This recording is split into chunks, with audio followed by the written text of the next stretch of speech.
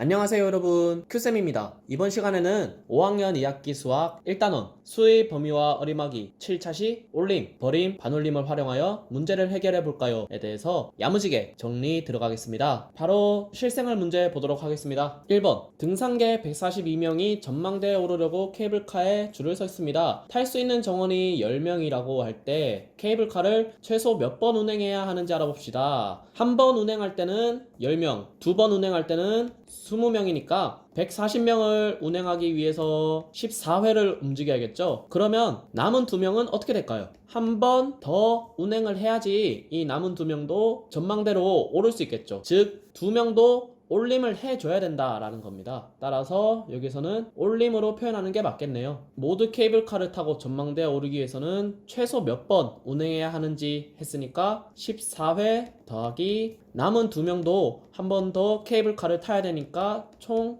15회가 되겠습니다. 2번 운동회 때 나눠줄 상품 한 개를 포장하는데 끈이 1m가 필요합니다. 끈 928cm로 상품을 최대 몇 개까지 포장할 수 있는지 알아봅시다. 첫 번째, 올림, 버림, 반올림 중에서 어떤 방법을 선택해야 할까요? 상품 한 개를 포장하는데 1m, 두 개는 2m, 그러니까 9m로 9개를 포장할 수 있겠죠. 그러면 남은 끈이 몇 cm예요? 928에서 900을 빼니까 28cm가 남겠네요. 그러면 이 28cm로 상품을 포장할 수 있을까요? 안 되죠. 짧아서 포장을 못하기 때문에 이 28cm는 필요가 없어져서 버려야 된다 라는 겁니다. 따라서 이때는 버림이 필요하겠네요. 두 번째 문제, 상품을 최대 몇 개까지 포장할 수 있나요? 9m로 9개를 포장했고 남은 끈은 버려야 되기 때문에 여기서는 9개가 되겠네요. 상품을 포장하는데 사용하게 될 끈의 길이를 구해보세요 했으니까 9m, 즉 900cm라고 할 수 있겠죠. 3번 GN의 모둠의 키를 나타낸 표현입니다. 키를 반올림하여 1의 자리까지 나타내라고 했습니다. 소수 첫째 자리에서 반올림을 해주면 되겠습니다. 지혜부터 볼게요. 7은 5보다 크니까 올림이 되겠죠. 따라서 147. 제주는 소수점이 2이기 때문에 5보다 작아서 버려줘야겠죠. 따라서 157. 그 다음에 은선이는 5이기 때문에 5는 올려준다고 했었죠. 그래서 144cm. 마지막 민석이는 8은 5보다 크기 때문에 올림이 되죠. 따라서 152cm가 되겠네요. 4번 우리 주변에서 올림, 버림, 반올림이 필요한 경우를 찾아 친구들과 이야기해봅시다. 오늘 이 영화를 본 관람객 수가 약 5,000명이라고 했어요. 이때는 5,100명일 수도 있고 4,900명일 수도 있죠. 따라서 올림과 버림을 같이 나타내는 반올림이 되겠습니다. 그 다음에 슬기 볼게요. 800원짜리를 사야 되는데 1,000원짜리 지폐를 넣었으니까 8을 1,000원으로 올려서 표현한 거죠. 즉 올림을 활용했습니다. 지혜 볼게요. 여기서는 사장님이 6원을 어떻게 했어요? 없애줬죠. 따라서 지혜 상황에서는 버림을 활용했다라고 할 수 있겠습니다. 수학책은 여기까지고요. 여러분들이 이제 수학 익힘책을 풀고 난 다음에 다시 재생을 하면은 큐쌤이 풀이를 해줄 거예요.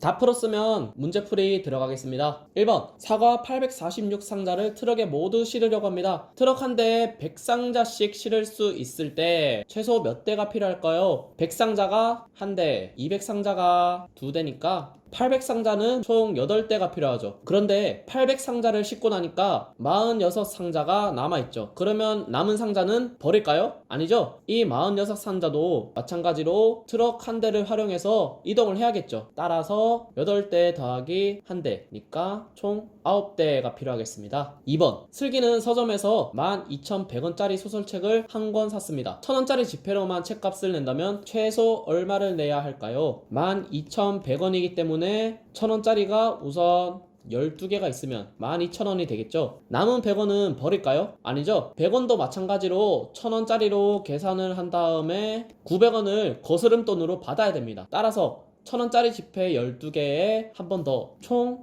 13,000원을 내야겠습니다. 3번 공장에서 과자 2,416봉지를 만들었습니다. 한 상자에 10봉지씩 담아야 된다 했으니까 2,410봉지를 241상자를 만들 수 있죠. 그런데 남은 6봉지가 있습니다. 남은 6봉지는 한 상자로 만들 수 있을까요? 안 되죠. 6봉지를 한 상자로 팔면은 이건 사기예요. 처음에 만들었던 241상자밖에 만들지 못합니다. 따라서 답은 241이 되겠습니다. 4번 연순의 모든 친구들의 멀리 뛰기 기록을 나타낸 표입니다. 뛴 거리를 반올림하여 1의 자리까지 나타내 보세요. 그러면 소수 첫째 자리에서 반올림을 하라 라는 이야기죠. 연수부터 볼게요. 0.4가 있습니다. 4는 5보다 작으니까 버려야겠죠. 따라서 137. 건윤이는 102.5입니다. 여기서 5는 반올림해서 올림으로 되죠. 따라서 103이 되겠습니다. 정훈이 볼게요. 114.8이니까 여기서 8은 올림이 되죠. 따라서 115가 되겠습니다. 마지막 윤서 볼게요. 122.2입니다. 여기서 2는 5보다 작기 때문에 버려야겠죠. 따라서 그대로 122가 되겠습니다. 5번. 어림하는 방법이 다른 한 친구를 찾아 이름을 써보세요. 슬기부터 볼게요. 책을 10권 읽을 때 독서 붙임딱지 1장을 받는다면 72권 읽었으니까 붙임딱지 7장을 받을 수 있어. 70권까지 7장을 받았는데 나머지 2권은 아직 붙임딱지를 못 받으니까 버려서 70권으로 표현했습니다. 슬기는 버림. 다음 연수. 생선 62마리를 10마리씩 묶어서 팔면 모두 60마리를 팔 수 있겠네. 60마리를 우선 묶고 그 다음에 나머지 2마리는 어떻게 했어요? 팔 수가 없으니까 버림으로 계산했죠. 따라서 연수도 버림이 되겠습니다. 마지막 중기. 36.8kg인 내 몸무게를 1kg 단위로 가까운 쪽에 눈금을 읽으면 37kg이야. 가까운 쪽이라고 했으니까 이거는 약 이라고 표현할 수 있겠죠. 이때는 36.8에서 8을 반올림한 거죠. 따라서 중기는 반올림이 되고 혼자 반올림을 했던 중기가 답이 되겠습니다.